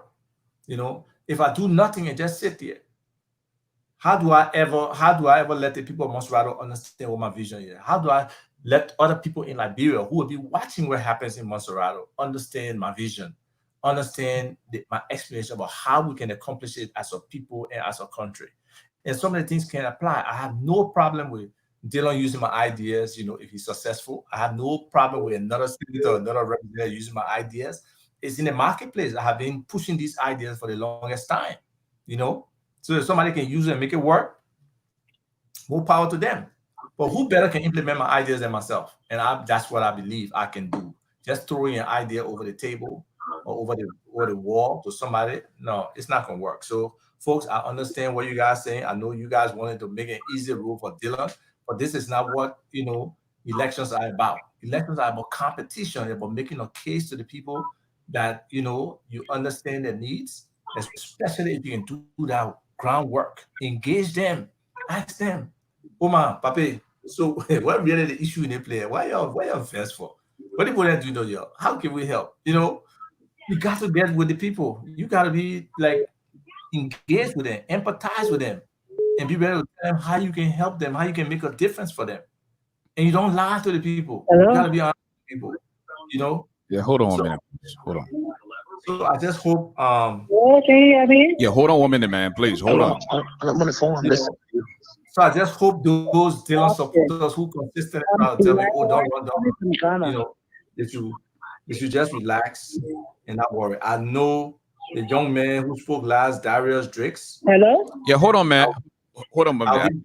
Ma'am, I know you're calling from Ghana. Please hold on. Okay. You will soon call you, okay? Thank you. Go ahead, Isaac. All Right.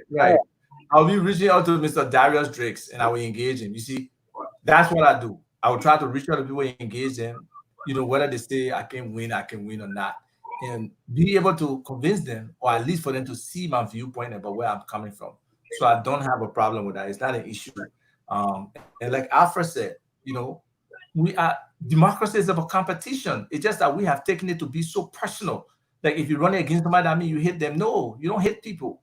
But if you have a better message and you feel you can deliver better, that's why you compete. That's why you get in the race. And the voting population of Monserrato has not been tapped. Everybody know the situation with Dillon. The people he got, many of them were disgruntled citizens that he got votes from. Okay. Now, we look at the amount of people who voted, probably about 200,000. How many voters Monserrato County has? About 770,000. Okay, that's not even 30% of the votes. So can I reach those people who did not vote? Can I get my message in their minds that they can say, yes, maybe this is something that we can still have hope for and try to go to the polls? I believe I can do that. I believe we can mobilize people and make them come to the polls and let them understand the value of their vote. They should not be subscribing to the beg of right politics. The government will have thousands of bags of rice for people. Whoever they bring, they will support that person, to win, because they assume the beg of right politics will work. But we have to work with our people. We have to get in the communities, engage them, let them understand that beg of right eating today are kafu. That means you must shut them off for the next 6 years or the next 9 years for whichever senator you're voting for because of beg of rights. But understand your own personal rights as a citizen. Understand what you should demand of your government. Understand how you should comport yourself as a responsible citizen who wants a better country. Understand what the social contract is between what you do and what government is supposed to do for you in return. So those are the kind of things we want to educate our people about. And I'm happy that, Alfred raised the environmental issue. It's a major issue. Climate change is a big thing. What are we doing for climate change? I know the EPA have been doing some stuff and we're trying, but is it national? Is it, really, are the people really sensitized to those things that they can start to practice good environmental behavior? I don't think we have accomplished that. There is still a lot of waste around. There's still a lack of waste management and best practices when it comes to waste. But we must applaud the fact that, they have the new Cheesemanburg landfill that they're trying to work with. And, the city government is trying to do some things. But at the end of the day, we have not approached our potential in these things, and we need to push for that potential. So the issue of why George Weah didn't give me a position, well, we touched on that before, but at the end of the day, the president makes his decision about who to work with. Yeah, we expect to have input into that decision-making process, but they moved away from us. We can't force people to work for you if they don't want to work with you. Please hold on. Please hold on. Listen, the last 4 digits of your number, I don't want to cut you off. Please mute your phone, 6173. Please mute your phone. Go ahead, Isaac. Right. So, that brings all the different questions that were just asked. Some of them were good questions. We respect them. People can have opinion, but at the end of the day, I also have a democratic right to associate with who I want to associate with, to pursue, to aspire, to dream about what I want for my country and how I think I want it. So as long as we play within the rules, we are fine. So okay, we want to go back to the telephone line and to George Lobo and the gentleman with the number ending in 6173. Please hold. This lady is calling from out of the country, and I know she's spending a lot of money, so I'll let her go first. Then you guys can come out. Okay. Hello, ma'am. You're calling from Ghana. Okay. Hello. The giant. It's me, the general. Who? Oh, the general. Okay. Hey, long time. Yeah. Okay, Mr. Towa is listening to you. Okay. But why you in Ghana? Do you live? I want to come in because the general. Why you in Ghana? Do you leave the CDC too? Yeah. All your hard work? I don't live there. I'm in CDC. Oh, okay. Okay, Mr. Towa is listening to you. Okay. Okay. I want to just say something here because I've been following and people say all kind of stuff. There's something with CDC and Mr. Topa. He's been a leader over the years. and I really admire his leadership. He has been very, very professional with everything he do, and he been there for the party. And we all know his asset and what he was for the party. So, but there are people saying that he don't have right to run because he didn't work in CDC border, and that's why he's running for the Senate in Montserrat. It's not true. We all have something to bring for the table. Over the years, Mr. Topa been advocating for a better Liberia. Even under early leadership, because so many ill treatment, especially a party for a masses, that he fought for his people. He campaigned for change. And we all believe in change and hope. And that's why we stood our ground and make sure that Liberia has to change.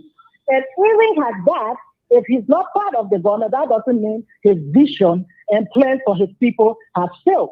So we need to give him a chance to run and let the people see what he can bring to the table. So there's nobody going to judge Mr. Topa why he's running for the Montserrat, because he's a great leader. He has laws for his country, and that's his right.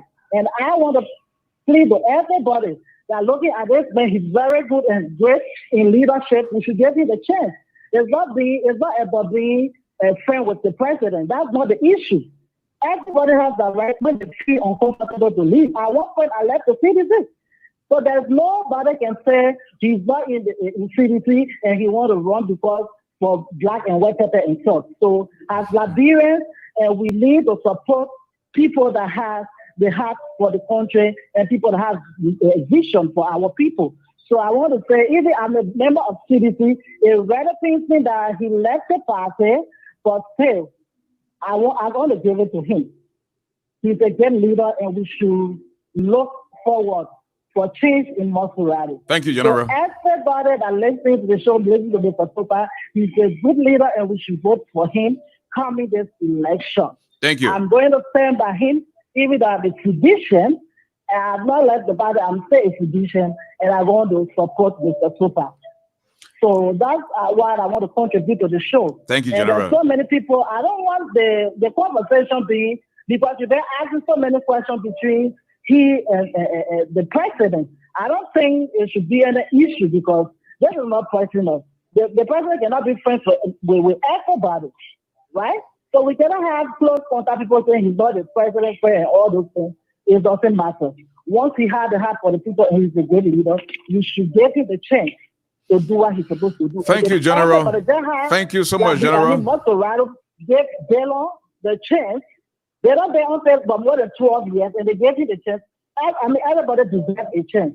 So nobody should say because he's not part of CDC or because he ran in Riverside, we shouldn't give him General, a chance. thank That's you. what I want to contribute. Thank you, to the General. show. Thank you so much. Thank you. All Thank right. you so much. Mr. George Lobo.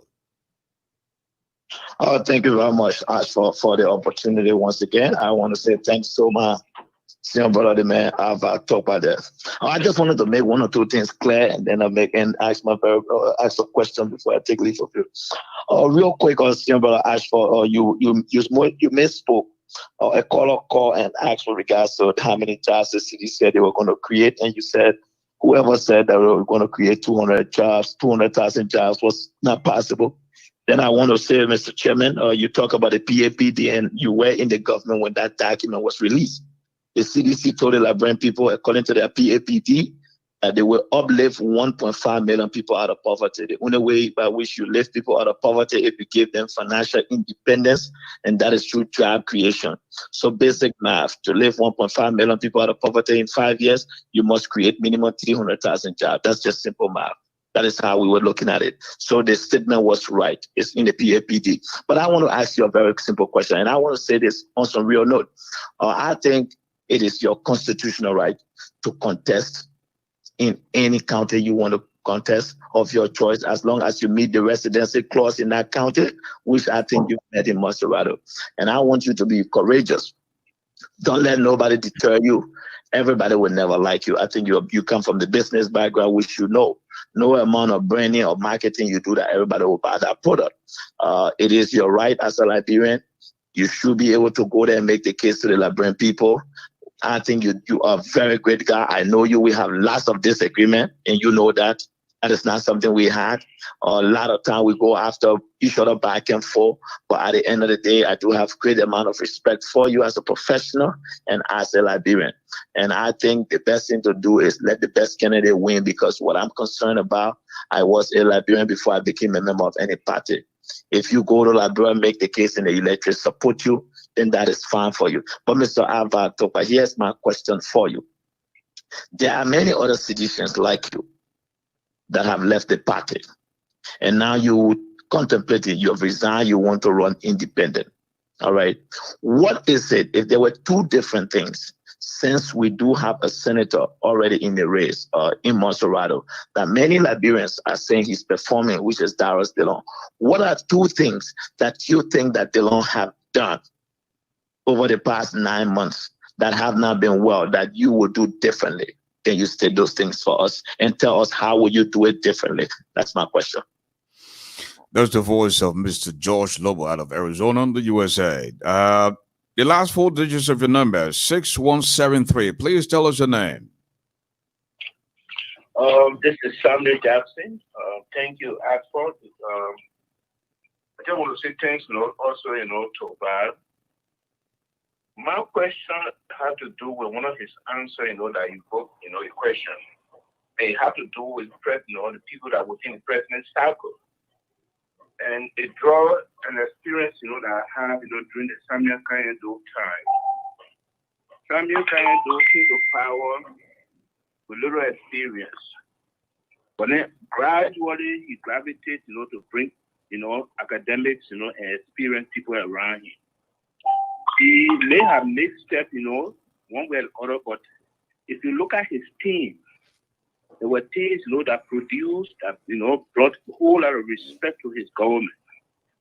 My question has to do is, who are those advisors or who are those academics or discipline, careers that advise the president on a daily basis, that we have all the results in terms of governance, in terms of his legal advisors, the foreign, policy advisors, the economy advisor, and etc. At the same time, is the president very timid about academics or people of career professionals? Like, for instance, you or McIntosh that I saw, during the election time, or Uncle Sam, who always lashed, something, but he has some brilliant ideas. We have other Liberians in the diaspora that are always cherished. Why are these people not being tapped into? And what is your advice in the early days, of CDC? Please. Thank you, Mr. Jackson. One more caller, and then we'll go back to you, Mr. Tupa. We have Alice Jones on the line. Alice, welcome to the show. Yes, sir. Yes, sir. Thank you, Mr. Garley, and thank you, Mr. Tupa, for allowing me to speak. Mr. Tupa, again, I'll just read this very short quotation from Martin Luther King, Dr. King.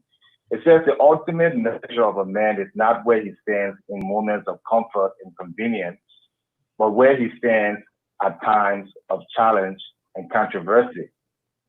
Obviously, today you're standing at a time of challenge and controversy. And by listening to you, I think you've done very well going against a mob of people who believe otherwise, that you should campaign. Before I ask the one question that I have tonight for you, I also want to acknowledge your application with the movement to make Liberia better. Endorsement, we are seriously reviewing it and discussing it, and we thank you for participating in the process. As you regularly said, election is a process. It's not just an outcome. I must applaud you for coming up and saying that you want your message to be given to the Liberian people or even your opponent should you lose. That is very commendable. My question today is, many politicians today, including the opposition, do not give much credence to the Truth and Reconciliation recommendation in Liberia. $7 million was spent on our report. It took 3 years, and yet it's been brushed aside. We have had very little comments about it. do you believe that Liberia can move forward economically, politically, and socially with all the implementation of those recommendations? And if so, then why you and many of the people in the opposition now have not elected to promote that prior to elections or to hold the government accountable? Thank you very much. And I will sit and listen to your question. Thank you, Mr. Jones. We'll now go back to Mr. Tukpa as he answers the questions. Mr. Tukpa. Well, Mr. Lobo asked about what two things did Dylan do. I think accepting the $6,500 or $6,000, whatever that was one wrong thing. And I guess the whole issue of promising not to ride expensive vehicles and then taking, expensive vehicle to ride. Those are two things he did that I wouldn't have done. But there's a whole slew of things in terms of, how you move the country forward, what you propose, how you build consensus with your fellow lawmakers and stuff that he has not done at all that I would do. So there's a lot of distinctions that we draw as we move forward in the election process with regards to what differentiates us from a Darius Dillon, showing light versus the truth in a way, So we draw that line of demarcation for people to understand, but now is not really the time for us to, dwell on those things. With regards to Mr. Jackson, who said, who was the president advisor? The president advisor, they were appointed. I mentioned them earlier, what is Ajibuna, what is Emmanuel Shaw. I don't know whether Emmanuel Shaw is the economic advisor. I don't know what his exact title is. He probably has Charles Bright in there too. So we've seen nothing innovative, creative to really, say this is the policy we're moving forward to implement to change things. For this sector, this is exactly what we do. For this sector, this is exactly what we do. That has been absent in terms of clear communication of what the government is doing. Even the situation with the IMF, when they set all those, guidelines or whatever memorandum of financial agreement, we haven't seen any real implementation. The Crow report about the central bank, we don't know what kind of reform has occurred at the central bank. There's so many gaps in where we are today, that sometimes I'm not even sure who's advising the president. And then there have been articles about one set, in the kitchen cabinet versus the other set in the kitchen cabinet. So those are intricacies in government that I'm not fully cognizant of, and I can't really speak to. While we're working towards this effort, the president said many times that yes, he was not up to speed to where he could just govern independently. No, he would surround himself with the best people available, the best intellect. He said that. I believe the president, and like I said before, my experience with him prior to him becoming president, I believe he really cared for the Liberian people. He really wanted to make a difference. I don't hold that belief anymore.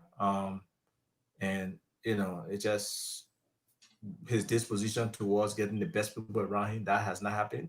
There's a whole bunch of Liberians out there, seditious and non-seditious, who can contribute significantly towards the development of our country. They have not been incorporated into the process. So what can we say? Mr. Jones, I totally agree with you. In times of challenges and stress, that's when you know where a man stands and what his real self is. And these are challenging times in our country. We see it seems like our country is going down the drain. And people who love Liberia have to stand up, and speak on behalf of the country, speak to the issues. There's no need to be personal. There's no need to insult people, and I'm glad that the host on this show recognizes that, and he cautions his listeners and viewers to, to please comport themselves properly. So we are in a situation where these are tough times, and they call for people to stand up and assert themselves and try to chart a new direction for the country. We expected, this change for hope to be for real, to be able to move the country in a different direction. That has not occurred. Not that it can occur in the future, but I personally have no optimism that that is going to happen. So I have recused myself from that process. If government is doing something great, like I said, I will praise the government. I will be excited about it, because anything that benefits the Liberian people or moves Liberia in a forward position, I'm for. But when there are negative things going on, I cannot continue to just stay as a member of the party and not have that liberty to express myself and share my views and really let the Liberian people know what direction we should go into. And one correction I want to make before I get to Alex's last question, and we can always have this discussion later, Mr. Lobo, the issue of 1.5 million. I honestly thought it was 1 million people that were talking about. And lifting 1 million people out of poverty doesn't mean giving 1 million person jobs. The family size is about 6 to 7 now in Liberia. If you divide that by that 1.5 million and then divide that, in terms of the family size and in terms of the number of years of this government, you expect anywhere from 20 to 25,000 jobs that can be, created. So let's not look at this whole lift 1.5 million people or 1 million people out of poverty mean you will create 1 million, 1.5 million jobs. I mean, how realistic is that for where our economy is coming from and where we need to take it? So let's not distort the language in there, or let's not just interpret it in order to discredit the government's effort. Even the baseline of 20-something thousand jobs, that has not happened. So, and it's been 3 years, 2 years going on 3. We haven't had a full labor full survey or study to see where jobs have been created, how many jobs have been created, what the direction of the market is going into in terms of our economy, where we should really focus on creating jobs for the future. So all those things are necessary components of our development that are missing. So, we just want to say, yes, the government has not performed as expected, but don't even make it worse by saying pulling 1.5 million people out of poverty means 1.5 million jobs. That's not correct. If that was the intent of the government, they were totally off base. With regards to the TRC, I have been a strong advocate for War and Economic Crimes Court, and most in the CDC were for that. That's why it surprises me that Ambassador Weah or President Weah has not taken that bull by the horn and pushed it.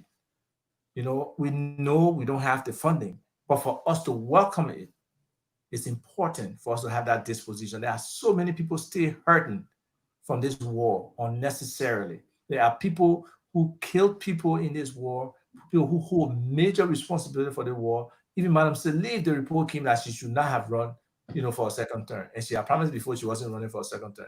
But because of the greed of power and whatever she was doing that she wanted to continue, she ran. So we have war criminals, people who should actually be, behind bars for the crimes they committed with us. I understand Prince Johnson is regarded by many, from Nima County as the hero, but he's a war criminal. He did not follow convention in his war efforts, and he should pay for that. I've told people, even my brother was involved, he should pay for it. So the reality is, when people take actions, they should bear that responsibility for it. And we need a War and Economic Crimes Code in Liberia. I advocate for that. I try to convince people about it. People may have different opinions. Oh, it will divide a country. Oh, we don't have this, we don't have that. But other countries have had it before. So why can't we have that disposition that we want? And then if there is no financial capability to implement a war crime code, that's a different thing. But for us to just run away from a war crimes code and not even want to entertain the topic, I think that is wrong. Because I think Prince Johnson himself is on record as saying he welcomes a war crime code. Maybe he feels he can exonerate himself, and that's possible. But we just need to bring the war crime code so we can be sure that those people who are hurting, who are in pain, those people who now, those post-traumatic syndrome disorder is being handed down to the next generation, that too many of our people are suffering from the effects of the war, even those who were not living during the war, these newborns. And look at how people act with regards to conflict. It's just like you must dominate somebody, you must basically suppress them, that kind of warrior mindset. We have to change it. We got to be more civil, and there's a lot of work we have to do from a psychological and a mental health perspective in our country for us to really be able to, help our people. We have to squeeze in just one more call, and then we can call this a night. We have Mr. Steve Bollet on the line from Arizona. Steve, hello. Welcome to the show. Thank you, Mr. Gale. Thanks to Mr. Toba for being in the studio tonight as your guest, and thanks to our listeners. I know we are pressed with time, but I just want to remind the Liberian women that they're the most beautiful women on earth, and Mr. Azif Toba can attest to that as a fact, because he knows that. But That's a fact. That's a fact. I agree. Recommendation and 2 questions for Mr. Azif Toba.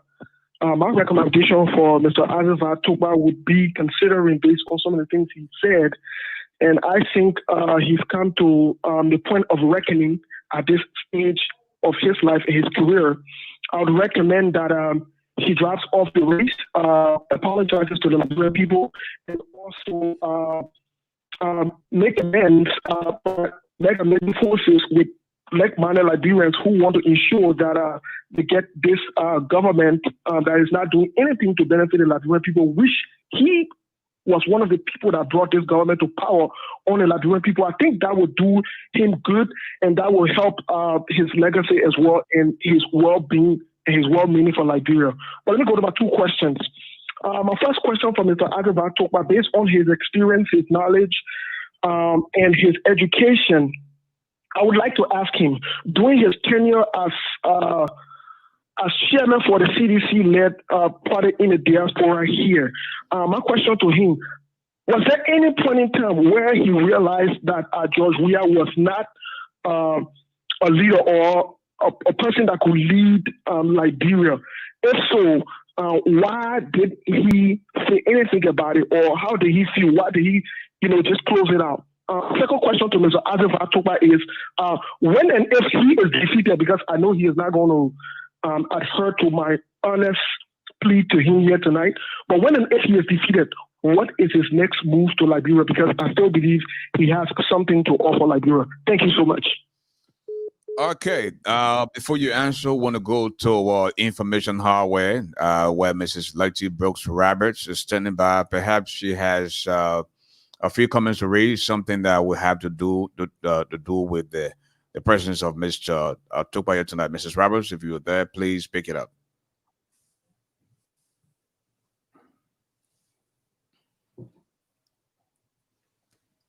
Okay. Go back to you, Mr. Toba. Perhaps she's busy doing something else. You can respond to the question. Yeah. Yeah. So, any point in time that he was not a leader? Well, definitely, President Weah lacked some leadership characteristics, but I didn't think it rose to the level based on the fact that we believe the Liberian people wanted. I don't know what happened. Okay. Just hold on. No, just hold on. Go ahead. Can you hear me? Yes. Okay, great. So we have trending thus far from Miss Dyson. And she writes, someone who couldn't read or write, or even capable of showing genuine love, a womanizer, deadbeat dad, but you thought he could govern the country in the right way? Really? John Fala, wow, I think that George Lobo question was not answered to my satisfaction, sir. We have from us, who else? I'm trying to get the questions that Francis Moba, he says, Mr. Garley, please ask the guest in studio, why is he leaving CDC now? He knew all of the issues the current president was unable to lead. Please ask, big bro. One more, please. One more question. Then we'll go back to Mr. Toba. One more question, please. Okay, one more question. Sorry. And that's from, again, Miss Margaret Mapu Dyson. One more question, she says. If you, Mr. Toba, had been given a job in the Weah-led government, would Liberia not be the #1 poorest country today? Yeah, that was what Weah said. War crimes court. Now he's cussing us. Back to you, Mr. Garland. Thank you. And back to you, Mr. Toba. Thank you. Mr. Bole said, yeah. So I started answering the question about President Weah. Obviously, he has some leadership deficits, but again, it was about the choice of the people. The people wanted him. The citizens wanted him. I believe in democracy. I believe that people have the right to support the candidate they want to support. And if you don't want them to support that, try to convince them towards your candidate. As I said earlier, I believe President Weah had the passion, had the love for Liberian people, that he was going to surround himself with the best people possible to help him govern. And if those people were not participating in governing at the level he expected, he would have been able to replace them or get rid of them. We don't really lack competence at the highest levels. The dearth, in terms of the volume of competent people, maybe is limited, but we have significant number of competent people at the highest level. And he has not exploited that opportunity to involve Liberians who are very capable, even if on a consulting basis, some are even pro bono in terms of how he has run his government. My next move definitely is about continuing this effort. In tandem with what we are doing, we are working to build an organization called the Liberia Integration and Transformation Movement, an organization that will work towards integrating our people, being able to match those capabilities that I talk about with those who need it, match those who want to make some investment in Liberia with investment opportunities, work on the different things that can change our mindset, elevate the mindset of our people, that they now focus on the negatives, but they can focus on the positives, how we can really work together to be one. So that whole integration and transformation thing is a major movement that I will continue to push. Ms. Dyson has some criticism of the president, which I think is baseless. He can definitely read, he can write. So for her to say that, I don't know. If she's that angry or whatever, at least be angry in the truth, not add all, additional stuff.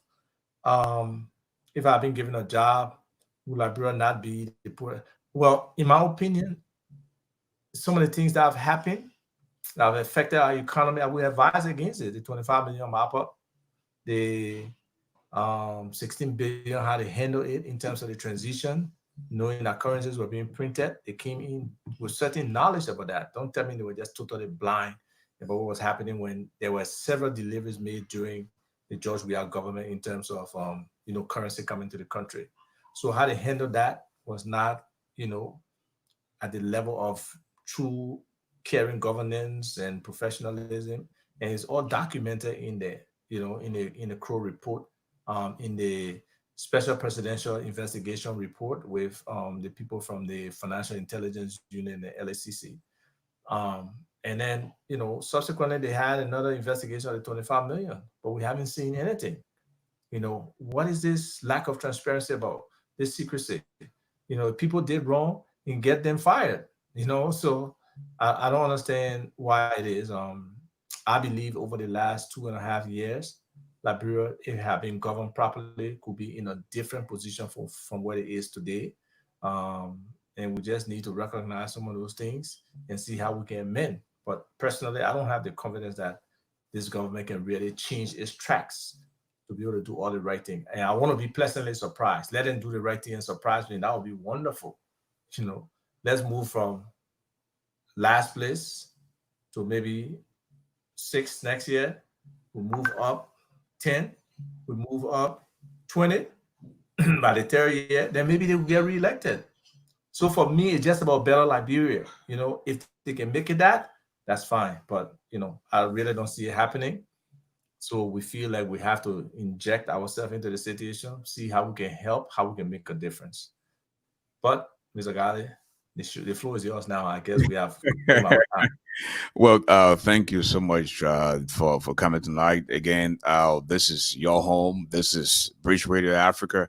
I mean, the cell phone that, we are here to inform our people through this medium. So whenever you have the time, come here. As you can see, a little cash app up there. The Liberian man will say, and then the water can put a fire. That's how we stay, we stay on yet. We're not on the side of the government or the opposition. We're just here to invite every Liberian that has something to say. And this is what we're about. I want to say thank you again for taking time off your busy schedule. Is there anything else you have to say? If not, then yes, I want to say a sincere thanks for giving me this opportunity, reaching out to me to participate on your forum, on your platform. I really enjoyed how you presented yourself. I hope my man Alex Jones out there is watching you, because I was on the show with him the other day. He was the host. Yeah. He needed a little bit of, smoothness. He wanted to get his answer out of his guests, and that's not possible. So sometimes people got to adjust. But I do like your style. I also like the way you have carried yourself in terms of how bold you are in terms of making comments. That's just the way to be. We all have a stake in Liberia. We all should want a better Liberia. And when we feel that other people are not operating on that same level, that same mindset of making the best for our people, we got to be able to question them. And I know the guy was talking about the CPP. If you go through the ranks of the CPP, you will see significant people who were in the early government part of the corruption that happened. You see people there who are part of some of the things that are happening here in terms of them giving, green light to what's going on in government, not questioning things. So what is the big difference with the CPP versus, the government? I personally don't know, So I see myself, I see the people who support me as trying to present an alternative that's different from this status quo or just the run-of-the-mill political activity. And hopefully we can be able to convince the Liberian people that we do represent the initiation of a change in a direction where we can start to be able to even support candidates of like mind. We're not trying to focus on building a political party or joining a political party as some of these people are suggesting. We believe we should take a time away from this whole political party alignment, try to even convince our fellow citizens that this is not just about going to the poll, because personally, I believe a lot of citizens have been given a short stick. They really advocated for something. They stood in the trenches for this party. But this party has not really been able to create opportunities for these people. Just giving them government jobs or sending them to a ministry to pad up our government payroll is not adequate. They need to expand the private sector. They need to create an enabling environment that pushes Liberianization. I hear Chinese men selling fish, potato, or whatever. That stuff should not be happening. I hear they got not here. I've seen it. Places on the boulevard where they got foreigners as waiters and waitresses and stuff like that. That should not be. Where are the jobs for Liberians? Who cares?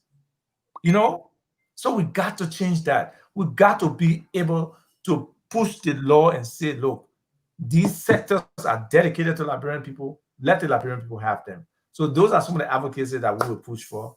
And I appreciate the time. I want to say thank you. I want to say good night to your audience. I appreciated the questions. We can always be able to have a civil discussion on these things. There is no need for a lot of the vitriol, the anger, the insult, and the hate that goes on in social media. It just deteriorates the discussion, and it makes a lot of people who can contribute to this discussion, it inhibits them from participating. So hopefully we can start to raise the level of our engagement to something more civil, something more substantive, that people can really benefit, and it can help the country in terms of ideas, suggestions, processes, procedures, way to do things. So I thank you and your team, the young lady, I don't know what her name is, but she did a great job of reading those different issues and putting us on point. So thank you. Thank you, Avad. And I will go back to the young lady you were talking about now to give us her part and comment, Ms. Letty Brooks Roberts. Yes, thank you again, Mr. Ghali. Thank you, Mr. Avad Tokpa. I happen to know you, and I'm the young lady that spoke out against you when you first chose to put your foot in the race for this opportunity for the senator, because I also, as most of our guests, felt that you were able to sell a product that we didn't think met up to par. However, I'm commending you to come back out and say, how you feel now, because we all saw it. And also, I believe you that you said there was a they have core values. Because from what we could see, there's no way that this gentleman could lead our country up to where it had come from. But I respect you for your honesty. And yes, you do have the right as a citizen to vie for the position which you want. Again, in closing, before my boss turns the volume off on me, I just wanted to say, in all of this, it is the Liberian people that suffer. When we all aspire to do great things, but forget the people for which we aspire, that's where the problem is. And the irony in this tonight is to know that we have lost 3 gentlemen in a row, prominent gentlemen. And what is the irony? They leave behind their young children and their wives, widows, because of the poor health care that has not been prioritized, nor our educational system. And I say again, thank you for your time. Thank you for gracing our platform. Thank you to our listening audience and to all of you that have participated respectfully. Signing off. And that's all the time we'll have to be with you. God willing, we'll be back tomorrow night with DJ's finest, Miss Conan Hall from Portland, Oregon. She's our special guest tomorrow night. And folks, that's all the time I have. And as always, please allow me to borrow the wordings of the wise man. Tough times don't last. Tough people do. The height of a man is never known until he rises. And there's no second chance to make that first impression. Don't see okra and swallow bone, because you can't hide your neck in there from beefing bucket. When God bless you, don't see that medicine. When women know you friend black man. This has been yours truly. The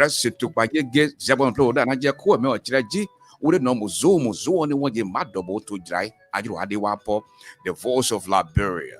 The microphone medicine. Ask for the giant that now you know me, Garland. Have a good night.